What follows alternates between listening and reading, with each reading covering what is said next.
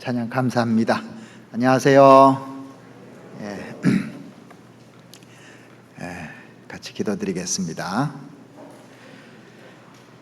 살아계셔서 역사하시는 우리 아버지 하나님 감사드립니다. 저희들을 죄와 허물에서 구속해 주시고 주님의 은혜로 말미암아 소망 가운데 살아갈 수 있도록 도와주신 것 너무나 감사를 드립니다. 구원받은 식구들 오늘 주일을 맞이해서 주님 앞에 나와서 말씀을 듣고자 합니다. 주님께서 우리에게 합당한 말씀으로 채워주시었고 우리가 그 말씀을 통해서 변화를 받을 수 있도록 하나님 도와주시옵소서. 학예 수양회를 통해서 구원받은 식구들 오늘도 이 자리에 함께하고 있는 줄 알고 있습니다. 새로 구원받고 나서 어떻게 신앙생활을 해야 될지를 하나씩 잘 배워서 신앙이 성장되고 하나님 앞에 귀하게 쓰임받는 일꾼이 돼서 하나님께 영광 돌릴 수 있도록 하나님 도와주시옵기를 바랍니다. 먼저 구원받은 사람들이 잘 보살펴주고 또 합당한 은혜로 늘 채워줘서 그 형제자매들이 잘 성장할 수 있도록 하나님 도와주시옵기를 바랍니다. 또 다음 주간부터 청년의 전도 집회가 시작됩니다. 말씀을 전하시는 송기호 전사님에게도 지혜와 능력 주시고 또 담대히 말씀을 전해서 새로운 영혼들이 많이 구원받을 수 있도록 하나님 도와주시옵기를 바랍니다. 우리 중에 병으로 고생하는 형제자매들도 많이 있습니다. 지금 병원에서 입원 중에 있는 형제들도 있고 주님께서 일일이 기억하시고 하루빨리 회복시켜 주시고 또 우리와 같이 힘있게 신앙생활을 할 수 있도록 은혜 베풀어 주시옵기를 바랍니다. 지금 해외 많은 교회들 코로나19로 말미암아 어려움을 겪고 있습니다. 심지어 코로나에 걸려서 병중에 고생하는 형제자매들도 있습니다. 주님께서 일일이 보살펴 주셔서 그 건강 회복시켜 주시고 또 활발하게 복음 전할 수 있도록 하나님 도와주시옵기를 바랍니다. 우리 한국 교회에서도 합심해서 이번에 모금을 하고자 합니다. 해외에 있는 어려운 형제자매들을 위해서 저희들 마음을 같이 할 수 있도록 주님 도와주시옵기를 간절히 원합니다. 이 시간 주님께서 함께해 주시고 도와주셔서 저희들에게 은혜의 시간이 될 수 있도록 도와주시옵소서. 우리를 사랑하시는 우리 구주 예수 그리스도 이름으로 감사하며 기도드렸습니다. 아멘. 성경 찾으시겠습니다. 신약성경 디도서 2장 말씀을 보시겠습니다.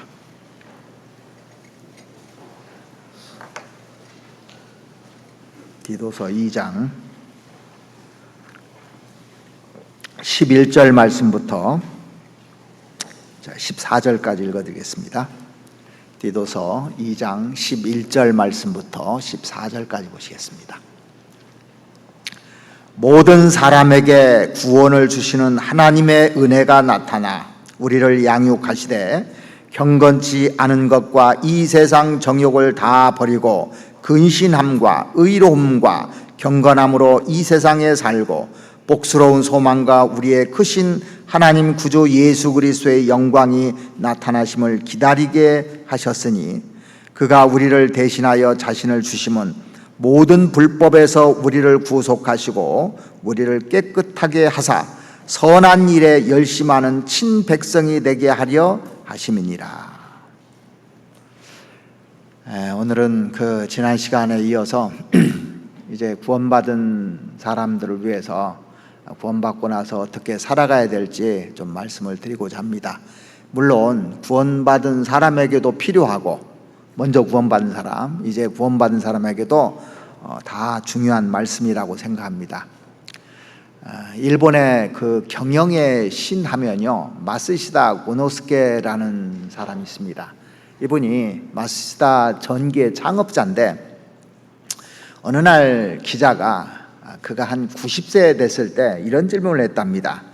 당신이 어떻게 해서 그렇게 존경과 부를 누리게 되었습니까? 하고 질문을 했어요. 그랬더니 이분이 하나님께서 나에게 주신 3가지 은혜 때문이라고 얘기했습니다. 첫째는 뭐냐면 내가 몹시 가난한 집에서 태어났고 그게 은혜라는 거예요. 두 번째는 내가 태어날 때부터 몸이 약했고, 세 번째는 내가 초등학교도 안 나와서 내가 은혜라고 그랬답니다. 우리가 상식적으로 보면 그게 은혜입니까? 아닙니까? 은혜가 아니잖아요. 그래서 기자가 뭐라고 했냐면 왜 그게 은혜냐고 물어봤답니다. 그래서 이제 그 질문에 답하기를 내가 몹시 가난했기 때문에 어렸을 때부터 성냥팔이 신문팔이 별걸 다 했다는 거예요. 그래서 많은 경험을 한 것이 은혜였고, 둘째는 몸이 허약했기 때문에 어려서부터 열심히 운동을 했다는 거예요. 그래서 지금도 90세가 됐는데도 건강하다고. 처음부터 몸이 약했기 때문에. 그리고 세 번째는 내가 배우지 못했기 때문에 만나는 사람마다 다 물었다는 거예요. 자기는 배우지를 못했기 때문에. 그래서 오늘날 내가 있었다고. 나에게는 모든 사람이 그동안 스승이었다고 얘기를 했답니다. 그러니까 어떤 조건이 중요한 것이 아니라 태도가 중요하다는 것을 이 경영의 신이라는 사람한테 우리는 정말 교훈받을 수가 있는 겁니다. 세상도 그렇고요, 신앙생활도 마찬가지입니다.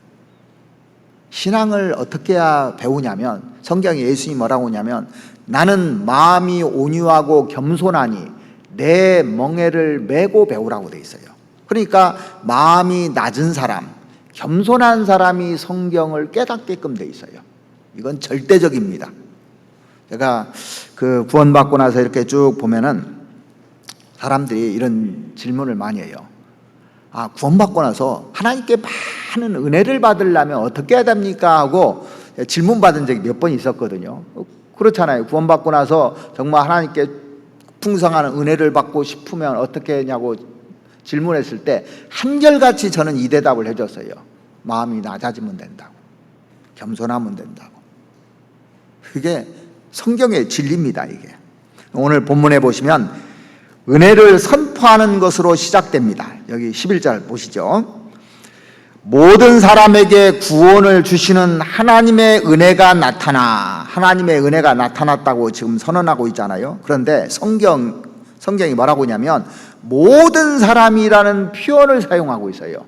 그러니까 모든 사람에게 구원을 주시는 하나님의 은혜가 나타났다 이렇게 돼 있는데, 성경에 모든이라는 말을 쓸 때 보면은 모든 사람이 죄를 범했다고 돼 있잖아요. 그죠? 한 사람도 아니고 모든 사람이 죄를 범했는데 모든 사람에게 은혜를 주신 거예요. 아담 한 사람 때문에 모든 사람이 죄인 됐지만 예수님 한 분 때문에 모든 사람이 의인 됐잖아요. 그것을 로마서에서 아주 많이 얘기했어요. 로마서에서 은혜에 대해서. 에베소에도 성경에도 보면은 너희가 그 은혜를 인하여, 그렇게 돼 있잖아요. 은혜를 인하여 믿음으로 말미암아 구원을 얻었나니, 그렇게 돼 있어요. 그러니까 은혜라는 말이 성경에 쭉 나오는데, 오늘 디도서에 보면은요, 은혜라는 말을 긍휼이라는 말로 바꿔서 설명을 하고 있어요. 똑같은 얘기입니다, 사실은요. 디도서 3장을 한번 보시죠. 3장 5절 보시면,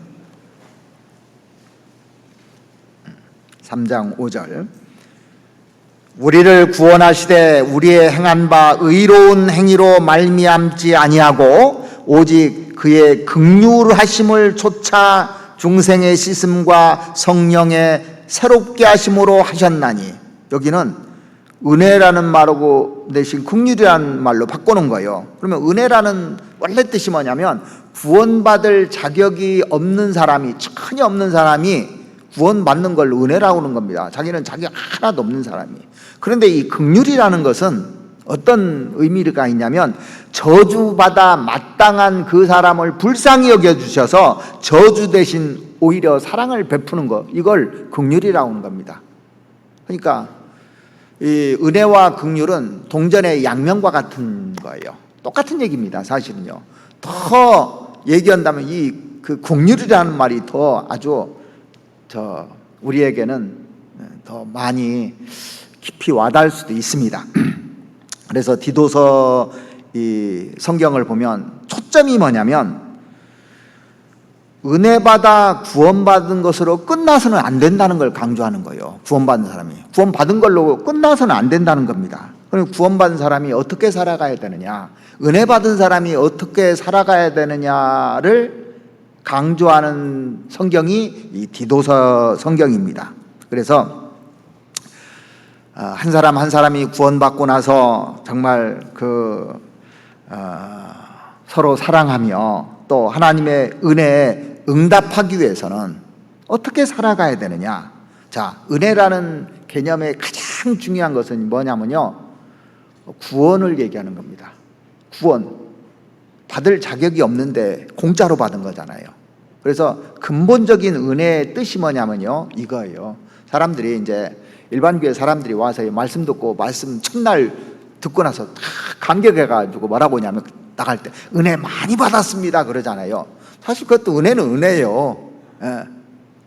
근데 근본적인 은혜가 뭐냐면 내가 지옥 갈 사람인데 값없이 내가 구원받은 걸 이걸 은혜라고 하는 겁니다. 원래 그 개념을 가지고 이 성경을 보면 더 확실하게 알 수가 있습니다. 그렇다면 구원받은 우리가 은혜 받은 우리가 교회 생활을 어떻게 해야 될 것인지, 신앙생활을 어떻게 해야 될지 첫 발을 이제 좀 내디딜 때 세 가지를 생각해야 됩니다. 내가 구원받기 전에 과거의 것 어떻게 할 건가? 현재는 어떻게 할 건가? 앞으로는 어떻게 할 건가? 구원도 세 가지잖아요. 구원의 3단계 그래서 우리 배우잖아요. 그래서 그 영혼 구원이 있고 생활 구원이 있고 몸의 구원이 있듯이 구원받기 전에 내가 과거 붙들었던 것들이 있어요. 그걸 어떻게 해야 될 건가? 현재는 어떻게 해야 될 건가? 앞으로 어떻게 해야 될 건가? 이런 것들에 대해서 우선 오늘 좀 생각을 해봤으면 합니다. 먼저 디도서 성경 한번 보시죠. 2장 14절 말씀 보시겠습니다. 여기 보면 우선 우리가 첫 번째로 해야 될 것이 뭐냐, 구원받고 나서 과거에 안 좋은 것들을 버리는 것을 우리가 해야 되는 겁니다. 14절, 그가 우리를 대신하여 자신을 주심은 모든 불법에서 우리를 구속하시고 우리를 깨끗하게 하사 선한 일에 열심하는 친백성이 되게 하려 하심이니라. 여기 보면 모든 불법에서 그렇게 돼 있어요. 하나가 아니잖아요, 이게. 그러니까 죄라는 것은 뭐냐면 죄를 한마디로 정의하면 죄는 불법입니다. 불법이라는 거예요. 그래서 하나님의 법을 보면은요, 딱 두 가지예요. 하라, 하지 말라, 이거밖에 없어요. 그런데 우리가 하라는 것은 안 했고 하지 말라는 것은 하면서 살았잖아요, 그동안에. 대부분이 이제 이 죄라는 게 그거지 않습니까? 그래서 우리는 이 죄에서, 불법에서 구속된 사람들입니다. 자, 그러면 불법에서 구속됐으면 다시는 그걸로 돌아가지 말아야죠. 이제 그걸 붙잡지 말아야 되죠. 그래서 구원 받았어도요, 요 속에 죄성이 있기 때문에 돌아가려고 하는 속성이 같이 공존해요. 옛날에는 그쪽만 생각했으면 됐습니다. 왜? 마귀가 나를 지배하고 있었기 때문에. 그런데 하나님의 영이 딱 들어왔어요. 구원받는 순간. 하나님의 영하고 요 마귀하고 같이 이제 싸우는 거예요, 이제 계속. 그러니까 이 세상은 하나님 나라하고 마귀 나라 둘밖에 없어요. 둘이 전쟁하는 겁니다. 그래서 성경에 보면 전쟁 역사잖아요. 신앙생활도 전쟁하는 거예요, 이게. 날마다 전쟁을 하는 겁니다. 원수, 집안 식구가 원수가 되기도 하고 그러잖아요, 구원받고 나면요. 그래서 이 이스라엘 백성들이 애굽에서 이렇게 쭉 나왔습니다. 과거에 그 애굽 불법에서 죄의 노예로 있다가 풀려 나왔으면 이제는 생각도 말해야 되잖아요. 그죠? 생각도 말해야 돼. 그런데 광야 생활을 하면서 이제 조금 불편하면 원망을 하는 겁니다. 애굽에서는 뭐 부추도 먹고 또 그 뭐 외도 먹고 뭐 이런 거 많이 먹었는데 먹을 것이 없다고. 근데 하나님 굶겼냐고요.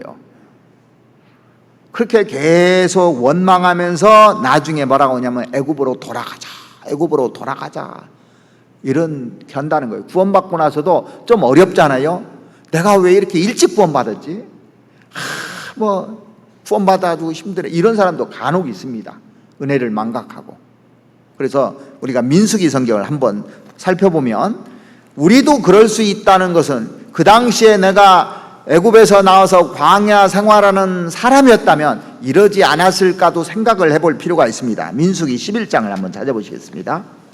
민수기 11장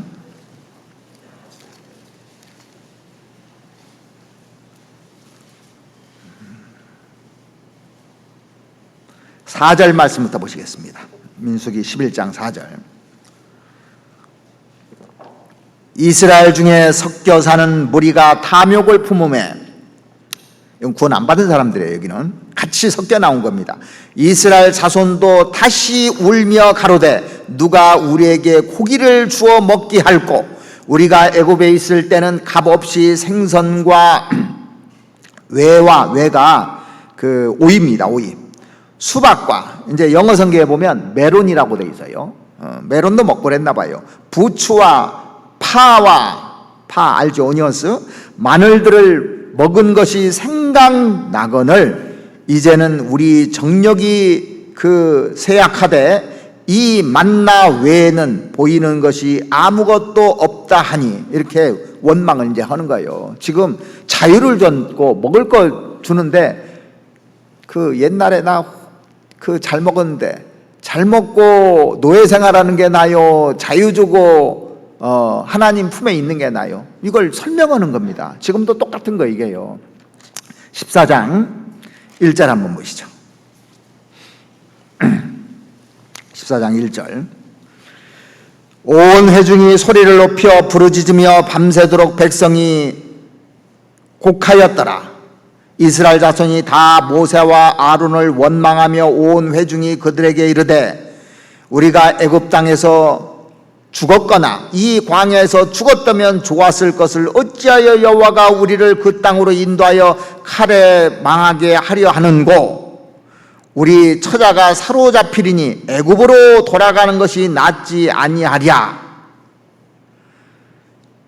이에 서로 말하되 우리가 한 장관을 세우고 애굽으로 돌아가자 하매.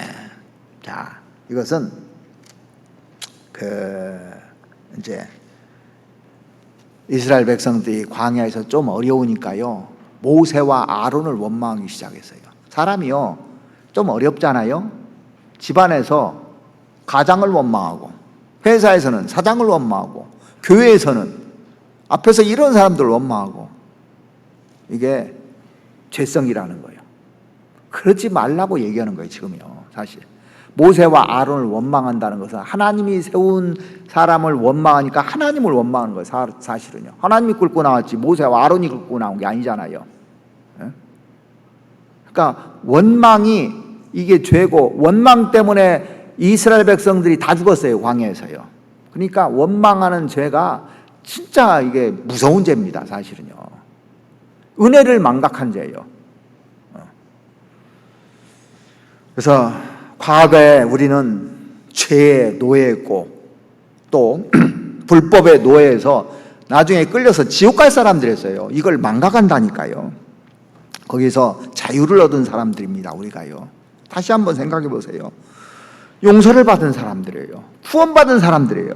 그런데 아직도 과거로 돌아가고 싶어 해요. 비참한 과거인데도 불구하고. 사실 애굽 생각하고 싶지 않은 과거거든요. 그러지 않습니까? 하나님은 이 과거에서 단절되기를 원하는 겁니다. 단절되기를. 왜? 새로운 걸 준비해놨어요. 그래서 에베소서 성경 한번 보시죠. 에베소서 2장 1절 한번 찾아보시겠습니다. 에베소서 2장 1절입니다.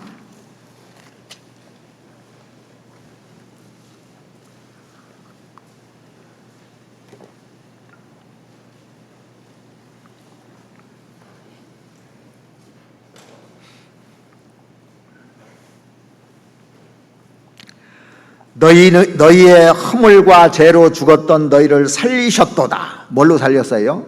십자가에서 예수님 피로 우리를 살린 거예요. 그때 너희가 그 가운데서 행하여 이 세상 풍속을 좇고 공중의 권세 잡은 자를 따랐으니 곧 지금 불순종의 아들들 가운데서 역사하는 영이라. 마귀 영이잖아요. 전에는 우리도 다 그 가운데서 우리 육체의 욕심을 따라 지내며 육체와 마음에 원하는 것을 하여 다른 이들과 같이 본질상 진노의 자녀이었더니 긍휼에 풍성하신 하나님이 우리를 사랑하신 그 큰 사랑을 인하여 허물로 죽은 우리를 그리스도와 함께 살리셨고 너희가 은혜로 구원을 얻은 것이라. 자, 그러니까 이 은혜로 구원받은 사람들이에요. 그 불법에서. 그러면은 새롭게 탄생한 사람에게 가장 중요한 게 뭐냐 이거예요. 자, 애가 딱 태어났어요. 가장 중요한 게 뭐예요? 부모에게 양육받는 거예요. 부모에게 붙어서 공급받고 양육받는 게 제일 중요한 거예요. 거기에 딱 떨어지면요, 그 다음부터는 이게 성장할 수가 없어요. 그래서 구원받고 1번이마냥 붙어 있는 거예요. 그래서 양육받는 겁니다. 그래서 주일날, 수요일날은 이 구원받은 사람을 양육하기 위해서 말씀을 하는 겁니다. 전도집회는 구원받지 못한 사람들 구원해 주기 위해서, 애굽에서 끌어내기 위해서 전도집회를 한 거고, 이제 끌어내서 홍해바다를 건너서 가나안 땅에 왔어요. 지금 이제 출발하는 겁니다. 그때 하나님이 이제 양육을 해 주시는 겁니다. 자, 그래서 오늘 본문 디도서 한번 다시 한번 보시죠. 디도서 2장을 한번 보시겠습니다. 2장 1절 말씀부터 보시죠. 11절. 모든 사람에게 구원을 주시는 하나님의 은혜가 나타나, 이제 구원받은 거죠. 이게 우리를 양육하시되, 그 다음에 양육하는 거예요. 구원받은 사람에게 양육하시되 경건치 않은 것과, 그동안 세상에 살면서 경건치 않은 것들, 이 세상의 정욕을 다 버리고, 자, 영적으로 그 성장해야 되잖아요. 근데 이게 가지고 있으면 성장을 못 하는 거예요. 자, 달리기 선수가 뭘 착 짊어지고 달리는 선수 봤습니까? 버리고 달리는 거예요. 이제 스타트에 이제 쓴 거예요. 버리고 달리는 겁니다. 근신함과 의로움과 경건함으로 이 세상에 살고, 이렇게 돼 있어요. 경건치 않았다는 뜻이 뭘까요? 경건치 않았다는 정의를 딱 하자면 하나님 없는 삶이에요. 하나님 없는 게 경건치 않은 겁니다. 그러죠? 그래서 머리로는 인정하는데 삶으로 받아들이지를 않아요. 가만히 들어보면 이걸 마음으로 안 받아들이는 사람이 있어요. 하나님 없는 거예요, 사실은요. 이거 경건치 않은 사람입니다. 하나님을 어떻게 믿느냐면요, 관념적인 하나님으로 믿는 사람들이 진짜 많아요. 머리로는 하나님을 믿어요. 근데 절대 삶에 영향을 못 미쳐요. 왜? 그냥 관념적인 하나님이기 때문에. 그러니까 나하고 아무 상관없는 겁니다, 사실은요. 우리가 전에 그렇게 살았던 겁니다. 그래서 그 디도서 1장 16절에 보면, 여기 한번 옆에 한번 보시겠습니다. 바울 사도는 이렇게 권고하고 있어요. 저희가 하나님을 시인하나 행위로는 부인하니. 자, 시인을 하는데 같이 하고 싶진 않아요. 사랑하지도 않아요. 말은 구원받았다고 하는데 말씀 사모하지도 않고, 교제도 사모하지도 않고, 하나님의 그 자녀들과 같이 하려고도 않고. 이건 성경에 하나님을 시인은 하는데, 말로는 시인하는데 행위로는 부인한다는 거예요. 몸은 부인하잖아요. 뭐라고 되어 있냐면 가증한 자요, 복종치 아니한 자요, 모든 선한 일을 버리는 자니라 그랬습니다. 그러니까 모든 초점이 자기 자신에게 맞춰져 있는 것이지 하나님께 맞춰져 있는 것이 아닙니다. 그러니까 자신만 이렇게 의지할 뿐 하나님을 의식하지도 또 또 하나님을 알지도 못하는 사람들에게요. 이게 다 입으로는 시인을 하는데,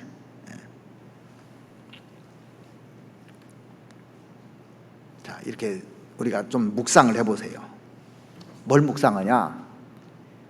내가 버릴 것이 뭔가. 구원받고 오래됐는데도 아직 못 버리는 사람이 있거든요. 여기 버릴 것이 뭔가. 그 신앙생활에서 일관성 있게 강조하는 것이 뭐냐면, 버리지 못하면 신앙 성장 못한다고 딱 정의 내려 있어요. 이거 딱 자기가 이걸 하나 못 버리잖아요. 그럼 신앙이 발전이 안 돼요. 가는데 계속 브레이크가 걸려요. 죄가 가지고 있으면. 그래서 성경에요, 버리라는 말이 얼마나 많이 나오는 줄 아십니까? 제가 몇 군데만 찾아드릴 테니까 한번 계속 성경을 보면 알아요. 몇 군데만 찾아드리겠습니다. 에베소서 성경을 한번 보시죠. 에베소서 4장 22절 말씀 보시겠습니다.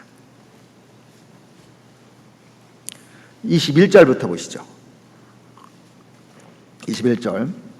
진리가 예수 안에 있는 것 같이 너희가 과연 그에게서 듣고 또한 그 안에서 가르침을 받았을진데, 이거 구원받은 사람한테 하는 얘기잖아요. 구원받았다면 22절, 너희는 유혹의 욕심을 따라 썩어져가는 구습을 쫓는 옛사람을 벗어버리고, 옛날 잘못된 습관 버리라는 게 딱 나와 있어요. 이거 분명히.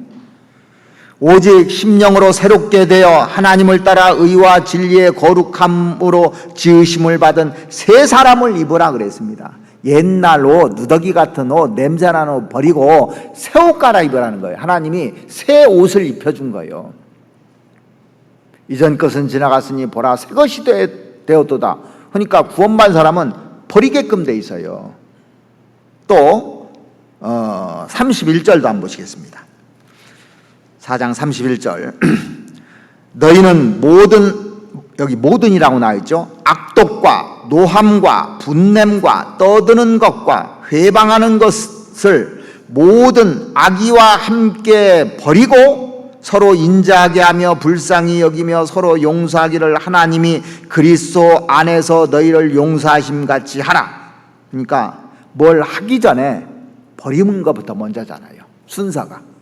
내가 열심히 사는 것 전에, 신앙생활을 열심히 하는 것 전에 버리는 게 먼저예요. 그걸 버려야 열심히 살 수 있다는 얘기예요. 핵심이 그겁니다. 자, 골로새서 3장도 한번 찾아보시겠습니다. 골로새서 3장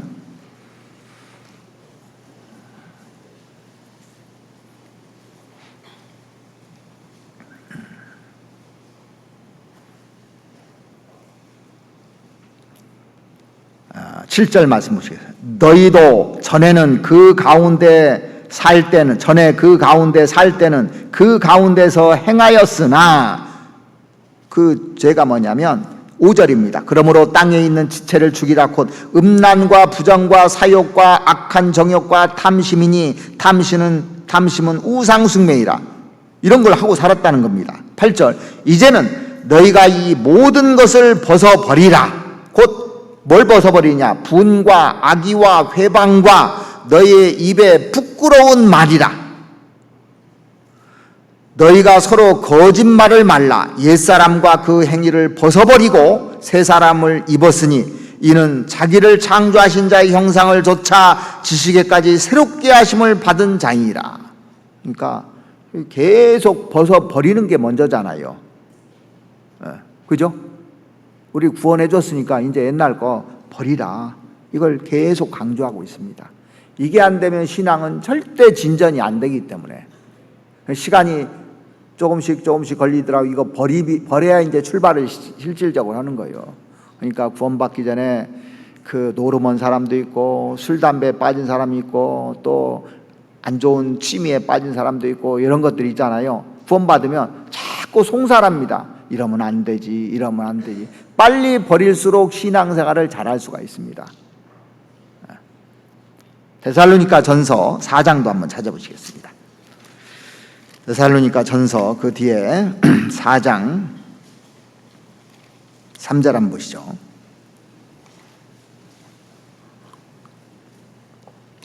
4장 3절. 하나님의 뜻은 이것이니 너희의 거룩함이라. 곧 음란을 버리고 각각 거룩함과 존귀함으로 자기의 아내에 취할 줄을 알고 하나님을 모르는 이방인과 같이 세욕을 좇지 말고 이 일에 분수를 넘어서 형제를 해하지 말라. 여기도 버릴 것이 딱 나오잖아요. 버릴 거. 그 다음에 한 군데만 더 보시죠. 베드로전서 2장을 한번 보시죠. 베드로전서 2장. 베드로전서 2장 1절입니다.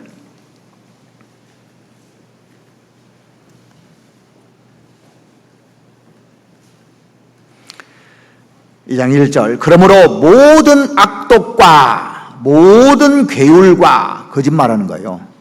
외식과 이중인격 이런 거. 앞에서는 이렇게 말하고 뒤에서는 다른 말하고 이런 걸 말해요. 외식과 시기와 서로 남 잘 되는 거 그거 시기하고 질투하고 이건 세상에서 하는 거고 교회에서는 경쟁 관계가 아니고 동역자라고 해 있죠. 모든 비방하는 말을 버리고 그렇게 돼 있어요. 일단 버리고 갓난아이들 같이 순전하고 신령한 젖을 사모하라. 이는 이로 말미암아 너희로 구원에 이르도록 자라게 하려 함이라. 신앙생활이 이제 잘하려면 이게 버리지 않으면 안 자란다고 결론을 딱 내놨습니다. 이건 법칙이에요. 신앙생활하는데 잘 가다가도 이게 딱 걸리면요 못 가요. 잘 이게 걸리면은 세상 살다 보면 쉬운 일 없죠. 쉬운 일 없어요. 세상에서 뭐 하려면 쉬운 일이 없습니다. 거저먹는 것도 없고 사기치는 것도 쉬워요, 어려워요? 그것도 어려워. 사기치는 것도 얼마나 힘들겠어 그 사람. 세상에는요 정말 힘듭니다. 신앙생활도 그냥 만만한 건 아닙니다. 왜 만만한 게 아니냐면 마귀하고 싸워야 되니까. 전쟁터에 들어와 있으니까.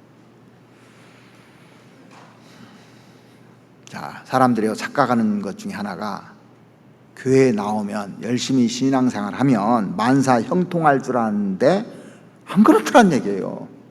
만사 형통 안 될 수도 있습니다. 오히려 구원받고 더 힘들어졌다는 사람도 간혹 있어요. 불신자로 살 때보다 사실 훨씬 힘들다고. 왜 그럴까요? 왜 그런지 보세요. 이 사과나무가 있는데 가지가 썩었어요. 잎사귀도 그 썩은 잎사귀가 많이 맺혀 있습니다. 가지도 썩고 열매를 맺을 수 있습니까? 없습니까? 못 맺어요. 그러면 농부가 그 가지를 딱 잘라요. 제거합니다. 제거해야만이 새순이 나오고 거기서 열매가 맺는 거예요. 이치가 그렇잖아요. 그죠? 그러니까 신앙생활도 마찬가지입니다. 하나님은 가끔 막 힘들게 해요. 자르는 거예요, 다. 보세요. 그동안에 재밌게 지내던 친구도 이제 나한테 약영향을 주면 잘라요. 그러면 아프지요.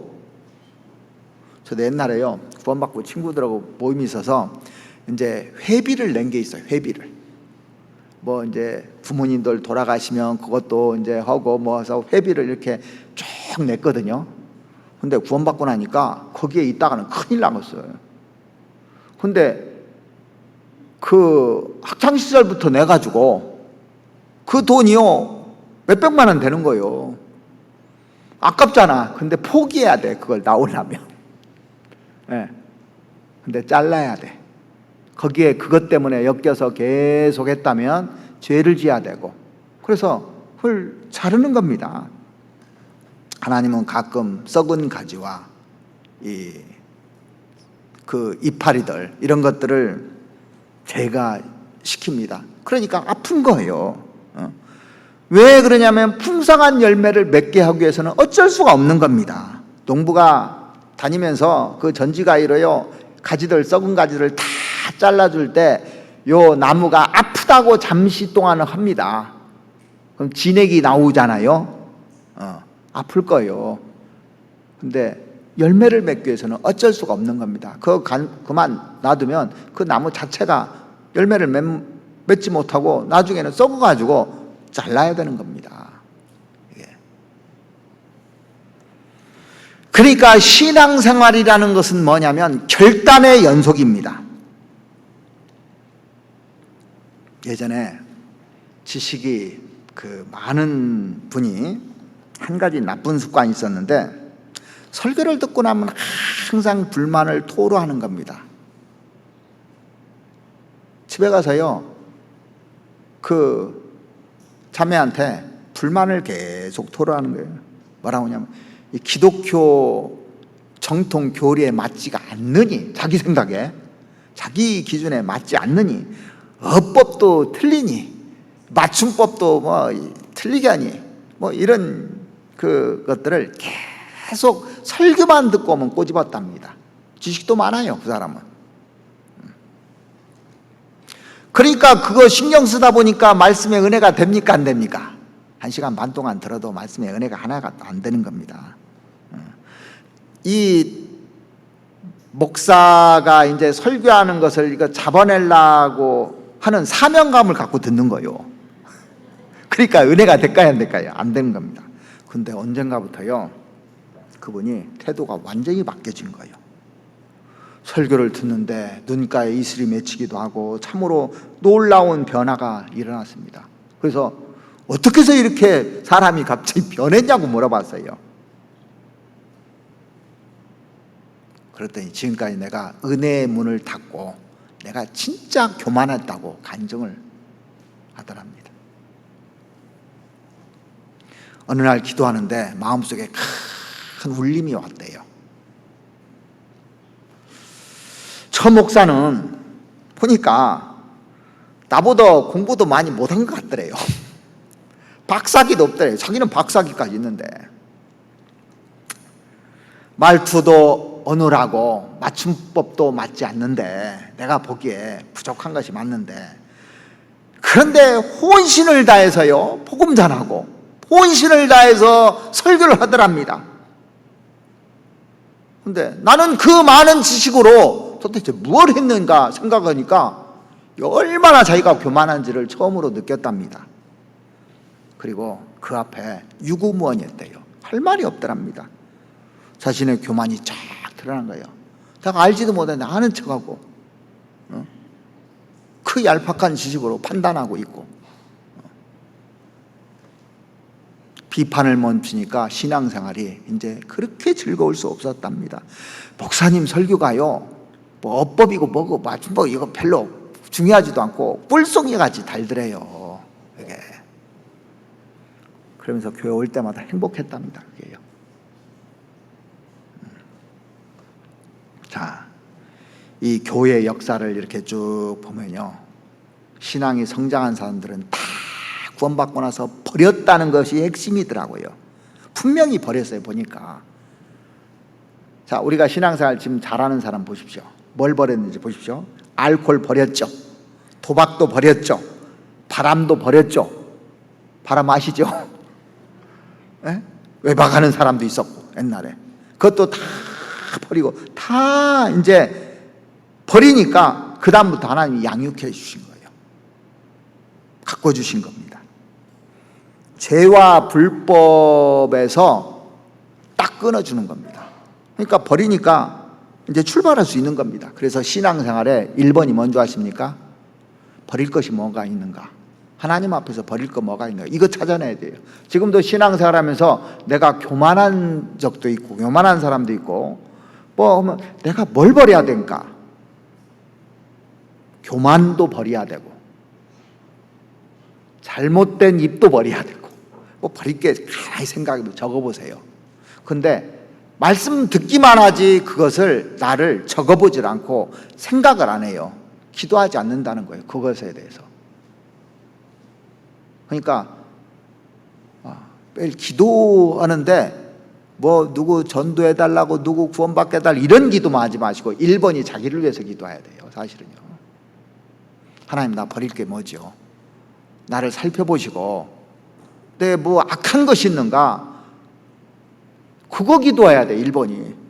자기가 인격이 안 갖춰지는데 다른 사람을 변화시킬 수도 없고 영향력을 미칠 수도 없어요. 버릴 게 뭔가? 다 있어요. 이게 제일 우리한테 중요한 일이에요. 그래야 신앙이 성장이 됩니다.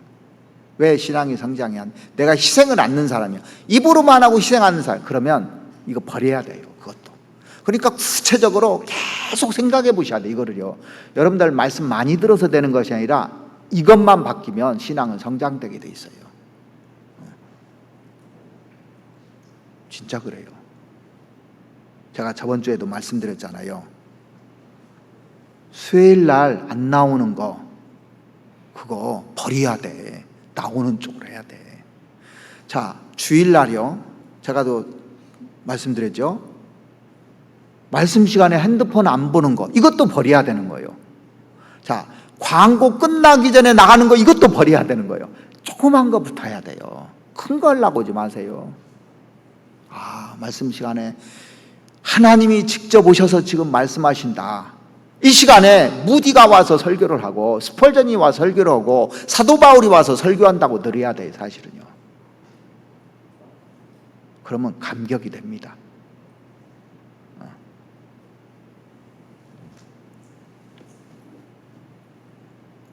이 마음 자세 하나가 사람을 바꿔버려요. 아무것도 아닌 것 같잖아요. 이게 완전히 바꾸는 겁니다. 그래서 내가 버릴 것이 뭔지를 딱 버리는 순간 신앙은 출발됩니다. 그때부터. 그러면 이제 구원받고 나서 어떻게 그 교회를 통해서 삶을 잘, 신앙생활을 잘 할 수 있을까?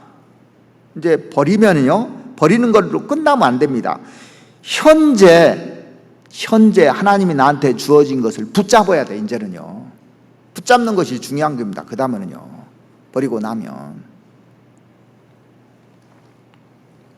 뭘 붙잡아야 되는지 성경 얘기하고 있습니다. 디도서 2장 한번 보시죠.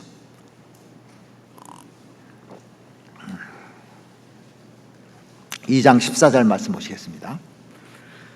그가 우리를 대신하여 자신을 주심은 모든 불법에서 우리를 구속하시고 우리를 깨끗하게 하사, 여기까지가 구원이잖아요. 그죠? 주님이 다 깨끗하게까지 해놨어요. 죄 없다고 다 해놓으시고 선한 일에 열심하는 친백성이 되게 하리 하심이라. 이게 내가 할 일이에요. 선한 일이라고 나와 있어요. 선행으로 구원받을 수는 없습니다. 그러죠? 선행은 구원의 조건이 아닙니다. 근데 구원받았다면 선을 행할 수 있는 능력을 주게 돼 있어요.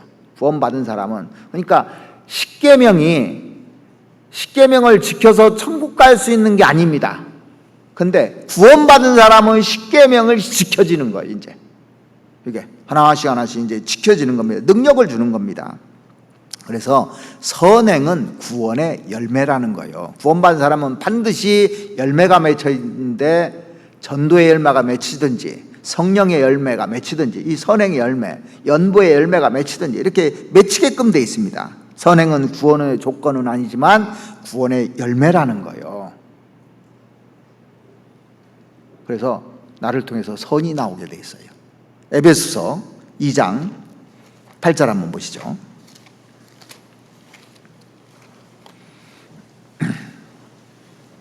에베소 2장 8절.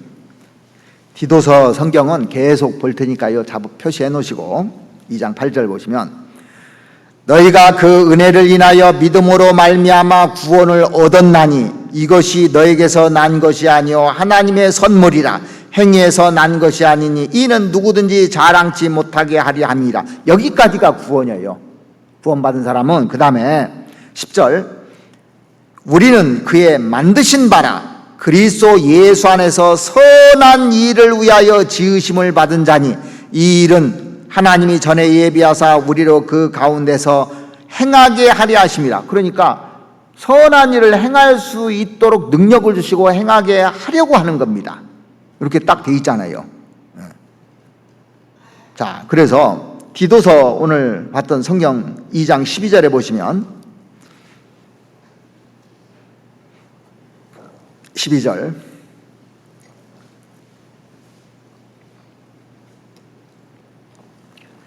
우리를 양육하시되 구원받은 사람을 양육하시되 경건치 않은 것과 세상의 정욕을 다 버리고 그 다음에 세 가지 단어가 나오는데 근신함과 의로움과 경건함으로 이 세상에 살고 이렇게 돼 있어요.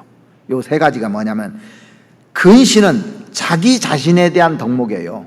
근신하게 사는 건 자기 자신에 대한 덕목이에요. 그 다음에 의로움은 이웃을 향한 덕목이에요. 다른 사람들을 위해서. 그죠? 그 다음에 경건은 하나님을 향한 자세입니다. 여기 딱 세 가지예요. 구원받은 사람은 나를 위해서, 이웃을 위해서, 하나님을 위해서. 나를 위해서는 이 근실하게 살아야 되는 겁니다. 근신하게. 그리고 다른 사람들을 위해서는 의롭게 살아야 되고, 하나님을 위해서는 경건하게 살아야 된다. 이게 핵심이잖아요. 그러니까 구원받은 사람은 반드시 이 변화가 일어나고 이렇게 된다고 딱 기록이 되어 있는 겁니다. 그래서 자기 자신에 대해서 그 욕심 같은 걸 이게 절제하게 돼요. 말도 절제하게 되고 이런 게 절제라는 것이 근신이라는 것과 절제라는 것이 비슷하잖아요. 그래서 다 모든 일에 이건 해야 될 거 안 해야 될 거 다 성령이 분별해 줘서 그렇게 자기 자신을 컨트롤할 수 있는 타워를 이미 집어넣어놨어요. 여기다요. 알아요, 자기가. 이건 안 좋은 일, 좋은 일 다 압니다. 그 다음에 다른 사람에게 대해서, 이웃에 대해서 투명한 인간관계를 갖게 돼요. 그러니까 안 버리잖아요. 옛날 건 안 버리면 이중인격자로 살아요. 아직도 안 버리면 투명하고 정직하게 돼요. 하나님의 영은 정직한 영이기 때문에 사람이 정직하게 돼 있습니다. 구원받으면요. 그러니까 사울은 옛날에 구약시대 때는 성령이 들어왔다 나갔다 하는 시대잖아요. 그러니까 사울은 정직하지 못하는데 다윗은 정직하잖아요. 그게 이웃에 대해서도 거짓말을 하지 않는 거예요. 이 구원받은 사람이 거짓말을 한다, 안 버리고 있는 거예요. 지금요. 이걸 옛날 습성을 그대로 갖고 가니까 안 변하는 겁니다. 그리고 구원받고 나면요, 하나님을 경외하게 돼요. 경외라는 것은 높인다는 얘기잖아요. 가장 높이는 겁니다. 이 세상 어떤 권력보다도 높이는 게 경외예요. 그 출애굽기에 보면은 산파 십부라와 그 부하에게 남자아이는 다 죽이라고 했잖아요. 왕의 명령을 거스리고 하나님을 경외함으로 죽이지 않았다고 그랬습니다. 하나님은 성명 죽이지 못하게 했어요. 그러니까 내 목숨이 왕한테 달려있더라도 그 무시무시한 왕 앞에서도 하나님을 더 높이 생각하고 그 말을 들은 거예요. 그러니까 그게 경외라는 그 의미거든요. 그래서 우리가 그 온전히 살고자 한다면 14절에 있는 것처럼 다시 한번 보시죠. 그가 우리를 대신하여 자신을 주심은 모든 불법에서 우리를 구속하시고 우리를 깨끗하게 하사 선한 일에 열심하는 친백성이 되게 하려 하심이라 그랬습니다. 친백성이 되게 하려고. 그러려면 하나님이 기뻐하는 인격을 갖춰야 되거든요. 인격이 되려면 구원받지 않으면 이게 인격이 형성이 안 되는 겁니다. 그러니까 구원받고 나서도 옛날 모습 그대로 있는 사람이죠. 이거 실제적으로 내가 구원받았는가 생각해 봐야 됩니다. 안 변해 사람이. 구원받기 전에 그 행동이나 구원받고 나서 하나도 안 변했어. 성령이 안 들어와 있는 거예요. 성령이 들어오면 성령은 변화시키는 영이에요. 사람을 변화시키는 겁니다. 사람이 사람을 바꾸지 못합니다. 예수님이 이 세상에서 첫 번째 한 기적이 요한복음 2장에 보면 물을 포도주로 바꾼 거예요. 분자 구조가 틀립니다. 절대 있을 수 없는 일이 돼버린 거예요. 물이 포도주를 되질 않거든요. 그러니까 완벽하게 이렇게 확 바꿔버리는 겁니다. 이게요. 사람이 그러니까 옛날 생각하던 생각이 아니고 이게 바뀌게 돼 있습니다. 언제부터 바뀌느냐? 구원받은 날부터. 골로새서 1장 6절에 있는 말씀처럼 하나님의 은혜를 깨달은 날부터 너희 중에서와 또한 온 천하에서도 열매를 맺어 자라는도다 그랬습니다. 분명히 복음이 딱 씨가 들어가면요, 생명이 들어가면 자라게 돼 있어요. 생명은 생명 있는 걸 땅에다 심으면 그 싹이 나고 잎이 나고 나무가 돼서 자라잖아요. 잘하게 돼 있습니다, 이게. 그래서 구원받은 사람도요, 신앙생활을 열심히 하다가 어느 날 흔들리고 그 열심이 다 식어져 버렸어요. 옛날에는 열심히 했대요. 내가 가끔 이런 얘기 들어요. 그 형제요, 옛날에 열심히 했어요. 근데 요즘은 왜 그런지 모르겠어요. 후퇴하고 있다면, 신앙에 후퇴하고 있는 증거가 뭔지 아십니까? 은혜를 망각하고 있는 거죠. 그래서 에베소 교회 첫사랑이 이거 식었다고, 떨어졌다고, 어디서 떨어진 것을 살펴보라는데 은혜를 망각한 거예요. 그거는요, 나를 구속해 주신 그 주님의 그 은혜를 다 망각하고 있는 겁니다. 안 들려와요. 전도 집회 말씀도 안 들려와요. 근데 그 사람들 보면요, 전도 집회를 들을 때, 이 말씀을 들을 때 제대로 안 듣더라고요. 제가 이제 살펴봤습니다. 옛날에 열심히 했는데 안 한다. 가만히 봤어요. 그랬더니 말씀을 제대로 안 들어요. 은혜 못 받죠, 그러니까.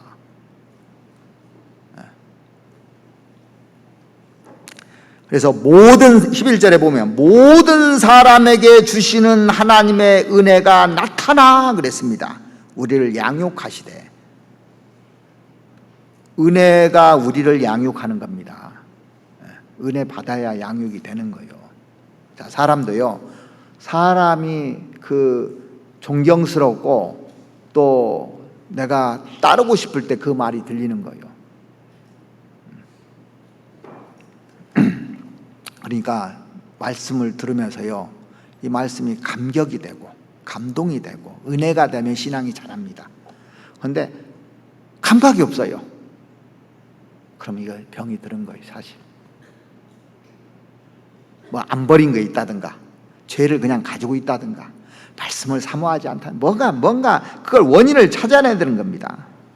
감격이 없다면 신앙의 적신호입니다, 이게. 자, 우리도 이 몸에 이상이 오면 신호가 와요, 안 와요? 와요. 그러면 말씀을 들으면 감동이 되고 감각이 되고 은혜가 되고 막 내가 이렇게 살아야 되겠다는 마음이 올라오는데 이게 안 오고 멍해 있어요. 그러면 지금 빨간불이 켜 있는 겁니다. 보세요. 주일마다, 수요일마다, 모임 때마다 말씀을 듣습니다. 어떻게 살아야 될지 정답도 다 듣습니다. 정답을 듣는다고 해서 문제가 풀리는 게 아닙니다. 그죠? 정답을 듣는데 알긴 알아. 문제가 안 풀려요. 왜냐하면 행동을 안 해요. 실제적으로 해봐야 돼요. 자, 오늘 분명히 말씀드린, 내가 버릴 게 뭔지 실제적으로 해봐야 그 다음에 이게 원인을 찾아낼 수 있는데 듣고 끝나버려요. 이제 연구 안 해봐요. 제가 이제 간증을 들으면서 딱 보니까 삶의 그 문제를 다 인식하고 있어요. 그 간증하는데 정답도 얘기하더라고요. 근데 정답을 얘기했다고 문제가 풀리냐고요? 그렇지 않습니다. 실제적으로 행동을 함으로써 문제를 풀어가는 거예요. 행함으로써. 행하지 않으면 문제가 안 풀리게 돼 있습니다. 그래서 성경은요, 늘 뭘 강조합니까? 실천을 강조해요. 지난 시간에도 말씀드렸잖아요. 이 말씀을 읽는 자와 듣는 자들과 그 말씀을 지키는 자들이 복이 있다고 하는데 세 번째 걸 딱 빼면은 맹탕입니다. 구원받지 않은 사람도 말씀 읽어요. 들어요, 다. 근데 그렇게 안 살아요. 복이 없는 거잖아요. 실천이 중요한 겁니다. 삶의 열매가 없어요. 신앙의 열매가 없는 이유가 뭔지 아십니까? 실천을 안 해요. 그러니까 열매가 안 열리죠. 지금도 제가 그 인터뷰했던 것이 기억나는데 2002년도 그 히딩크 감독이 우리나라에서 4월 달인가 인터뷰한 거예요. 그때가 4월 달에 50일을 딱 앞둘 때였습니다. 그때 온 국민의 소원이 뭐였냐면 16강 진출하는 거예요. 1승 아니면 16강 진출하는 거. 이게 소원이었어요. 온 국민의. 한 번도 못 이겨봤고 한 번도 16강을 못 갔기 때문에 그게 소원이었습니다. 기자가 뭐라고 했냐면 16강 진출 가능합니까? 이렇게 물어봤어요. 히딩크 감독에게. 히딩크 감독이 뭐라고 했냐면 반반입니다 그랬어요. 가능성 반반입니다. 그러나 내가 하루에 1%씩 가능성을 높여가겠습니다 그랬어요. 50일 남겨놓고 반반인데 50%라는 거예요 지금. 근데 하루에 1%씩 그 가능성을 올려가겠다는 거예요. 자, 1%씩 50일 지나면 몇 퍼센트 된다고요? 난 100%다 이 얘기예요. 그래서 혹자는 그렇게 얘기하잖아요. 히딩크는 언어의 마술사라고. 말을 그렇게 잘하는 거예요. 그것도 잘하는, 말도 아주 그냥 기자들이 꼼짝을 못하게, 그리고 참 말을 잘하는데, 근데 말만 잘한 것이 아니라 그 사람은 실천가였어요. 그게 중요한 겁니다. 처음에는 매일 5대빵으로 뭐 대표팀 뭐 친선 경기 5대빵에서 별명이 5대빵 감독이었어요. 그래서 그런 거 관여 없이 계속 체력 훈련을 시킨 겁니다. 이 사람들하고 싸우려면 빨래야 되고 체력으로 버텨야 되지 못 해먹는다. 이게 결론이 난 거예요. 그래서 계속 체력 운동만 시킨 겁니다. 90분을 뛸 수 있도록, 연장전까지 뛸 수 있도록 막 버티기 작전한 겁니다. 같이 맞부닥치면 지니까. 근데 그의 말대로 16강뿐만 아니라 4강까지 이건 말도 안 되는 일이 일어났습니다. 자, 감동과 감격은요, 머리 있는 것이 말로 했을 때 감격과 감동이 일어납니까? 아니면은 이게 눈에 결과가 났을 때 감격과 감동이 일어납니까? 결과가 났을 때 감격과 감동이 일어나는 거예요. 그 말을 했는데 16강 가능성 50%인데 내가 1%씩 올린다고 했는데 떨어졌어. 16강에 떨어졌어. 그러면 그 말은 힘이 하나도 없는 거예요. 그만큼 준비를 했다는 겁니다. 그래서 사람이 실천에 옮겼을 때, 행동으로 나타났을 때, 사람이 변한 걸 봤을 때 감격하고 구원을 받고 하는 겁니다. 사람들이 그걸 보고. 가족들 구원하기가 제일 힘들죠. 그걸 보니까 그래요. 네가 이 모습이었는데 똑같더라 그러면 절대 안 되는 겁니다. 완전히 바뀌어버렸어요. 이렇게 기적이 일어났어요. 보니까. 자, 신앙생활을 정상적으로 하는 사람은요, 감격이 있어요. 감동이 있습니다. 하나님께서 우리를 그 친백성으로 삼아주신 목적이 뭘까? 선한 일을 하는 친백성을 삼아주신 목적. 나를 위해서, 하나님을 위해서. 선한 일을, 모든 선한 쪽을 붙잡아야 돼. 그러니까 선한 것이 뭔가를 봐야 됩니다. 악한 거 버리고 선한 쪽을 계속 붙잡아야 돼요. 선한 일에 열심하는 이라고 돼 있죠. 14절 끝에 보면은 선한 일에 열심하는 친백성이 되게 하리 하십니다. 선한 일에 열심이라는 것은 셈이 날 정도로 막 열심히 한다는 얘기예요. 다른 사람들에게 셈 날 정도로. 그러니까 막 그렇게 실천을 해야 된다는 겁니다.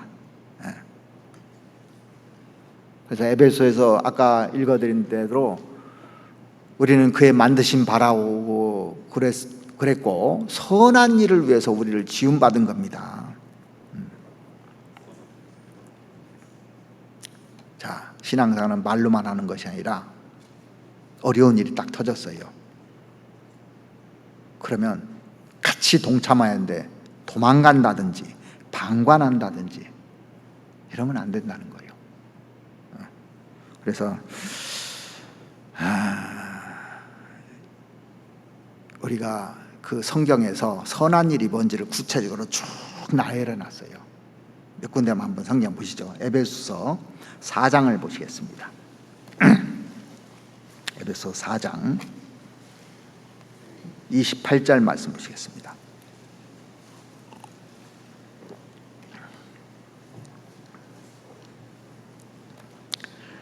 도적질하는 자는 다시 도적질하지 말고 돌이켜 빈궁한 자에게 구제할 것이 있기 위하여 제 손으로 수고하여 선한 일을 하라. 자, 구원받기 전에 도적질한다는 것은, 보세요, 나는 도적질 않는데요. 근데 양심에 꺼리끼는 방법으로 돈 번 게 도덕질이잖아요. 그죠?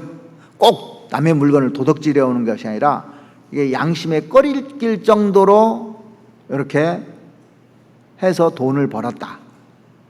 어떻게 하라고요? 그 다음에는 돈 받았으면 성실하게 자기 손으로 수고하여 선한 일을 하라 그랬어요. 정상적인 방법으로 살라는 얘기예요. 지금 세상은 이렇게 우리가 이렇게 살면 잘 못 산다고 하잖아요.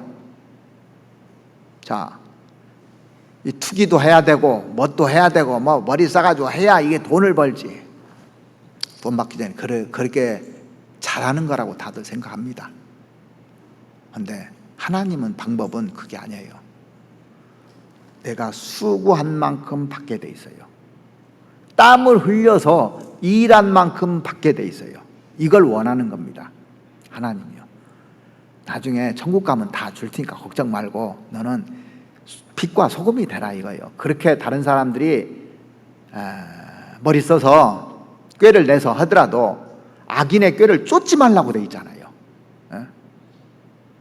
꾀를 써가지고 악인들은 이게 돈 벌고 하잖아요. 하지 말란 얘기예요. 그리고 그 29절을 보시면 무릇 더러운 말은 너의 입 밖에도 내지 말고 오직 덕을 세우는데 소용대로 선한 말을 하여 듣는 자들에게 은혜를 끼치게 하라 그랬습니다. 구원받기 전에는 거북한 말 많이 했을 겁니다. 우리가 신앙생활하면서. 그래서 무릇 더러운 말은 너희 입 밖에도 내지 말고 그랬어요. 내지 말라고. 돌이켜 오직 덕을 세우는데 소용대로 선한 말을 하여 듣는 자들에게 은혜를 끼치게 하라. 신앙의 성패가 어디에 달렸냐면 입에 달려 있어요. 신앙생활 실패하는 사람 보면 전부 다 입으로 망해요. 이게 봉사도 잘합니다. 능력도 있어요. 근데 입으로 망해요. 이게. 그래서 입술을 제하라는 말이 성경에 너무너무 많이 나와 있어요. 그래서 우리가 하는 말은 감사하는 말, 격려하는 말, 칭찬하는 말, 이걸 해야 되는데 이제 원망하고 불평하고 비난하고 깎아내리고 시기하고 이러면 안 되는 겁니다. 뭘 붙잡아야 되느냐고요. 사람이 비판하면요 외로워져요. 자, 신앙생활을 여러분들 점검을 해보세요. 점검을 한번 해보세요. 내가 이 답답한 걸 얘기해 줄 사람이 몇 명이나 되는가? 내 답답한 것을 하소연할 사람이 몇 명이 되는가 생각해 보세요. 내가 그 사람한테 내 있는 얘기를 다 해줄 수 있는 사람이 몇 명이 되는가? 그리고 내가 어려울 때 나를 쫓아올 사람이 몇 명이 되는가? 신앙의 척도를 알 수 있어요. 그게. 나 외로워요. 내가 신앙생활 나 혼자 다니는 것 같아. 지금 교회 와서 일은 하는데 나 혼자 하는 것 같아.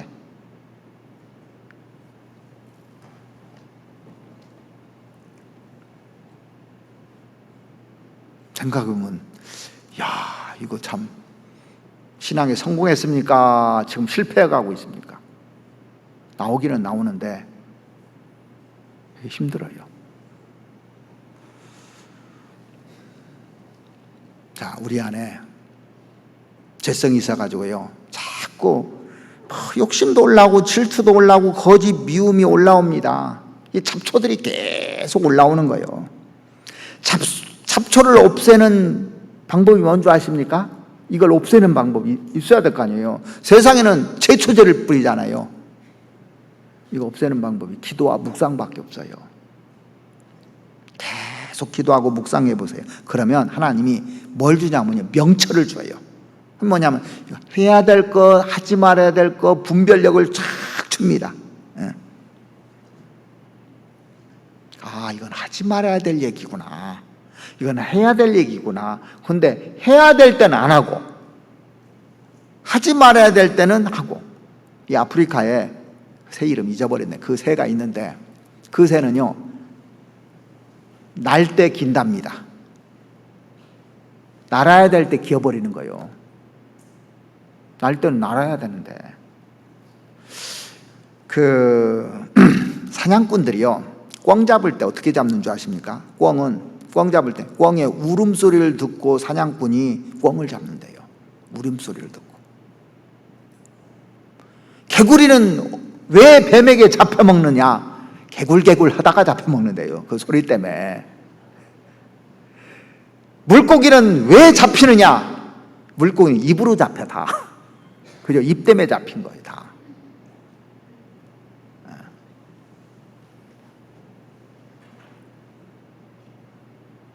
그래서 사랑의 말은 상처를 치유하지만 이 부주의한 말은 분쟁을 일으킵니다. 그래서 이제 모임 같은 데서 혼자 대화를 독점하는 사람들 있죠. 자기가 막 독점하고 또 다른 사람에 대해서 안 좋게 쭉 같이 있는데 이렇게 하면요, 자꾸 신앙이 외로워져요. 누가 독점하잖아요. 그러면 안 들으려고 그래요.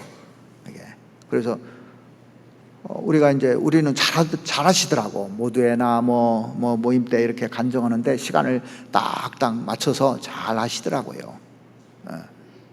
그래서 1시간 반의 시간이 주어졌는데 지금 간증할 사람이 7명이다. 그러면 내가 시간을 계산해서 앞에서부터 이렇게 자기가 계산도 하는 것도 이게 지혜예요. 그렇게 해야 되는 거예요. 근데 앞에 사람이 1시간을 다 해버렸어.